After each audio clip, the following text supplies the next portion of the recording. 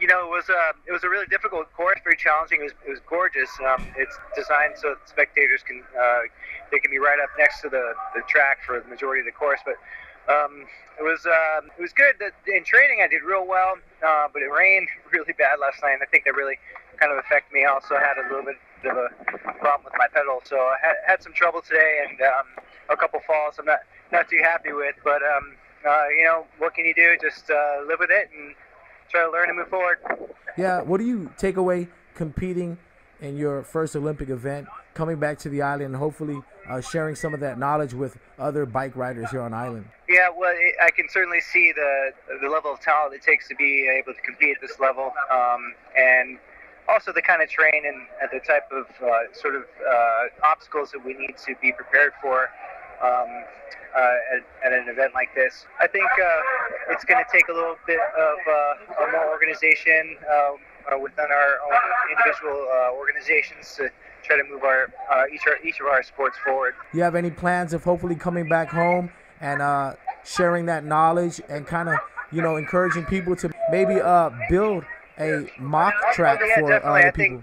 I think I'm 40, and I think if we're sending 40-year-olds to the Olympics over and over again, I think we're not doing something right as in our development program. So the time that I spent training, I think I can try to devote a little more energy moving forward towards helping our juniors develop. The first Guam team to compete in the AFC Cup lost both of its games and is now out of the prestigious tournament. Rovers FC lost to the home team in Bishkek, Kyrgyzstan, falling 2-0 to FC Dordoy in the opening round of the 2017 AFC Qualifying Cup behind 2 goals from Vlashichev and Tonelli. Now, the AFC Cup is an annual continental club competition organized by the Asian Football Confederation, and Rovers FC features 9 Guam men's national team players. Now, the club won a berth in the AFC Cup after winning the 9th annual GFA Cup and Budweiser Soccer League title here on Guam. Rovers also lost to Macau 4-2 with Jason Cunliffe and Brandon McDonald each scoring a goal in the loss. Special Olympics bowling season hitting the lanes over the weekend for youths and adults with developmental, intellectual, learning, or physical disabilities of all ability levels. It was a great time for all, and the calls being made for more volunteers and coaches as this season looks to draw more participation. The season running Saturday mornings through October 8th. Now, Unified Partners compete alongside Special Olympic athletes, and Special Olympics Training Programs Coordinator Carol Piercy says turnout for Unified Partners was outstanding and the best turnout ever in the history of the bowling program. Volunteer coaches still needed, though. Qualifications include you got to be 16 and up, and you don't necessarily need to know how to bowl, but commitment to the athletes and the program is a must. Interested parties can contact Special Olympics Guam at 648-7648, or you can hit them up on the Special Olympics Guam Facebook.